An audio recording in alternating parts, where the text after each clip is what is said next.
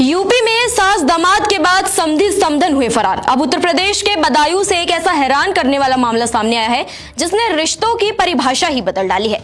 यहाँ प्यार में पागल दो लोग समाज और संबंधों की सारी सीमाएं तोड़कर एक ऐसे रिश्ते को अपनाने निकल पड़े हैं जिसे सुनकर आपके होश उड़ जाएंगे। बदायूं में समधी और समधन की ऐसी प्रेम कहानी सामने आई है जो रिश्तों की मर्यादा को शर्मसार कर रही है। महिला को अपनी बेटी के ससुर से प्यार हो गया है और फिर दोनों ने ठान लिया कि अब वो साथ ही जिंदगी बिताएंगे।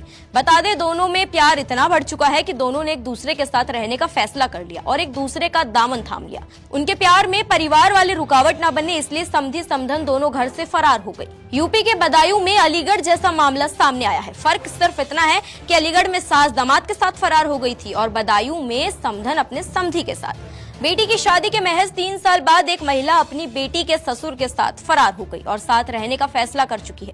दोनों के बीच कोई रुकावट ना आए, इसलिए दोनों ने घर का सारा सामान, जेवर और नगद समेटा और निकल लिए एक नई दुनिया बसाने। बता दें, महिला के 4 बच्चे हैं, जिसमें एक लड़की की शादी 2022 में हो गई थी। उसी के ससुर के साथ महिला ने जीवन बिताने का फैसला कर लिया है। महिला का पति ट्रक ड्राइवर है।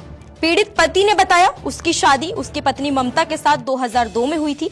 2 बेटे और 2 बेटियां हैं। बड़ी बेटी की शादी 2022 में की थी। वो अक्सर ट्रक चलाने के कारण बाहर रहता था। पत्नी के बताने पर पैसा उसको देता रहता था। उसके समधी शैलेंद्र का घर में आना जाना शुरू हो गया। उसकी पत्नी ममता के साथ उसके संबंध हो गए। अब ममता शैलेंद्र के साथ फरार हो गई। पूरे मामले की शिकायत पुलिस से की है। पति बोलता है, मैं लंबे रूट पर ट्रक चलाने का काम करता हूं। मैं पत्नी को समय पर पैसे भी भेजता रहता था। मेरी पीठ पीछे मेरी पत्नी मेरे समधी को बुलाती थी और रंगरेलियां मनाती थी। अभी उसने अपने समधी को बुलाया और उसके साथ फरार हो गई। वो घर में रखा सारा जेवर और रुपया लेकर भाग गई।